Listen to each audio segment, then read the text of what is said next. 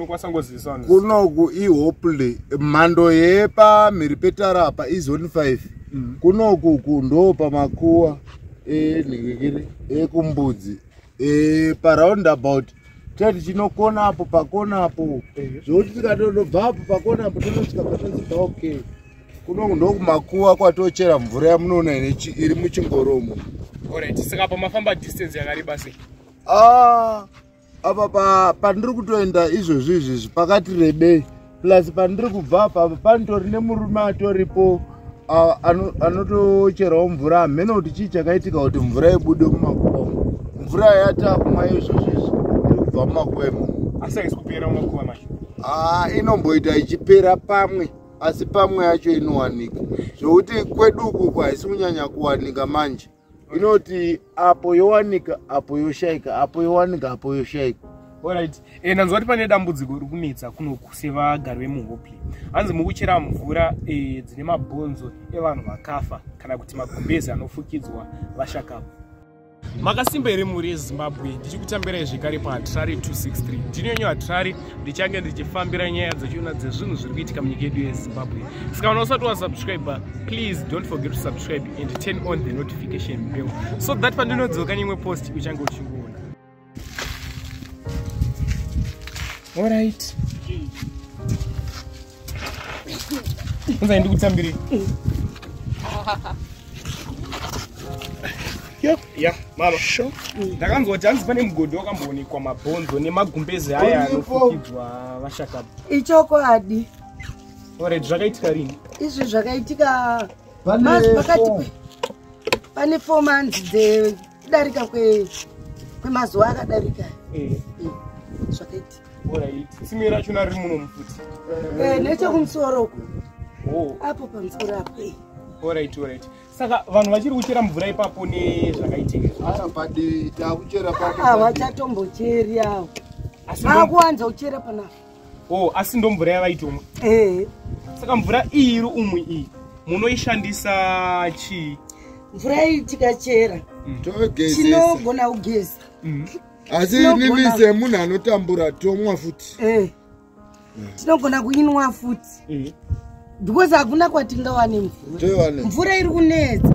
Neita gore rino zvinhu zvabva zvatoti press. Saka zvakatotiomerawo. Alright. Saka mvura inobhadhariswa iri pane vanouya vachichera kuno. Inobhadhariswa. Inenge ita mari pamabhaketi. Mabhaketi ari panapa pa ezvizvi. Anoti rasta uyo. Anoti $4 for 4. $4 for 4 mabuckets. Saka ndo mvura iri kubhadharwa panapa. Na rasta amene kuti rasta wacho ari papi. Timutorere kuti nyaya yacho. Anditi endai munodi munotaura navo. Vachiri kumboita basa. Imi mama mune tsime renyu mukati muno? Ndinaro but riri kuzasuka. Padie munombobata mari netsime? Inini handidi kumbonyepa. Rina nhambori phones yona because ndandiri kuMozambique. Izvozvi raitaka kufushirika mbichana nekuda kwekuti hanha kurifukunura ndosidai songuva ino chibagi changu chadai chichinatisei. Saka apa ndakatononoka pandakaa ndiri out kuzoti nditangane naro ibasa kufukunura kwacho. Saka zvotora kuti ininiwo ndiri munyuwani munomu dzimwe dzenguva inerawo business pamwere vamwe vanotozvizivawo munomu. Alright. Saka tsime iri ratandichitaura rakawanikwa bhonzo iri inyaya yekuti risiriro iro rine vanhu tichasvikapo.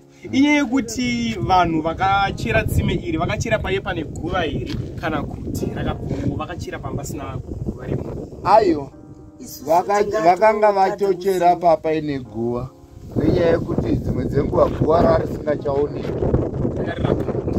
Guva rarisingachaoneki zvangofana nemba munoona meso inzvimbo yemakuwa asi makuwa hachaita sei hachaoneki. Saka munoziva kuti nzvimbo yembudzika yakataurika kubva kare.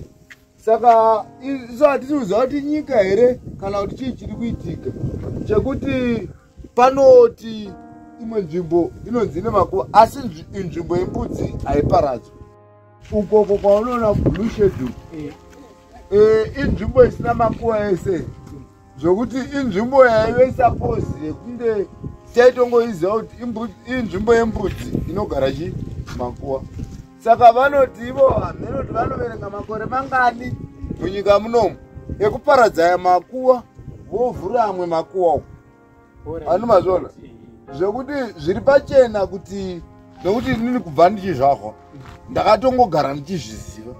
Kunga kuti makuwa aya mashoma aya angaenderana here nenzvimbo isina vanhu. Saka zvotora kuti isusu pane patopwanya tichivhura pamwe. Alright, mama, imi ndaona manga mshuwaji. Wafamba distance yakariba sei kuti muye kuno? Tafamba adzisi 20 kilometers here kubva uko. Aiwa, 20 dzowandisa. Vanenge vafamba 1.7 nekuti vabva kuRising Star kuzasi uko kuchikoro kusvika panapa. Saka tikati kubva kuRising Star kusvika paMutsubvu inenge kilomita, kubva papa kusvika panapa 1, something. Zimbabwe panapa tasvika pamugodhi uri kunzi wakafukunyurwa mabhonzo evanhu. Mugodhi wafukunyurwa mabhonzo ndiwo ndeuyu. Alright. Saka vanhu vachirongochera mvura kandikuona. Aiwa, wakanga usina kudai.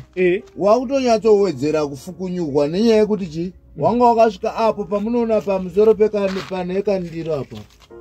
Saka wakazonyanya uapo. Upaneka ndiro akapleta apa. Nenyaya kunetseka kwatiri kuita nemvura tiri kuwedzera tichidzikisa. Asi saka mukundiudza kuti imimi sevagari vemuHopley muchiri kumwa mvura yemabhonzo, makabuda mabhonzo evashakavu. Kana yakachena vamwe vanhu vari kutomwa. Isu taitomwa hatitozviziva. Muchiri kutoimwa? Taitonwa.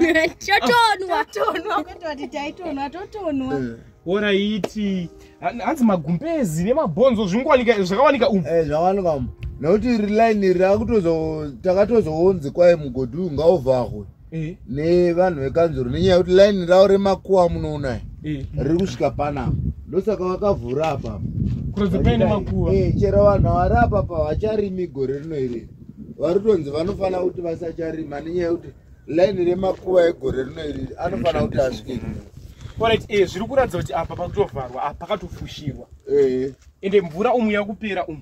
Inotofana kuvhagwa, haisiri mvura neyatonyaya yekuti yawo nzvimbo yekanzuri. Alright, saka mvura iyi iwo uri kunoita yekumwa. Svika kuno. Yedu taida unoigezesa zvedu but iyo iri kuita yedu toita yekunwa ndome yatobudemo. Saka mamusikazivi makabuda mabhonzo. Tatisingatombozviziva izvo zvese. Hapana munhu akamborwara nayo here mvura? Hapana kana watakamborwara. Kurwara handisati, asi dambudziko nderengoti munomu munhu ndodambudziko ririmo. Saka uyai kunoka. Imi pamakanzwa kuti mabuda pamakaona mabhonzo ani makatomaona. Regai ndokuratidzai nekuti pane zvimwe zvinhu zvakatobuda.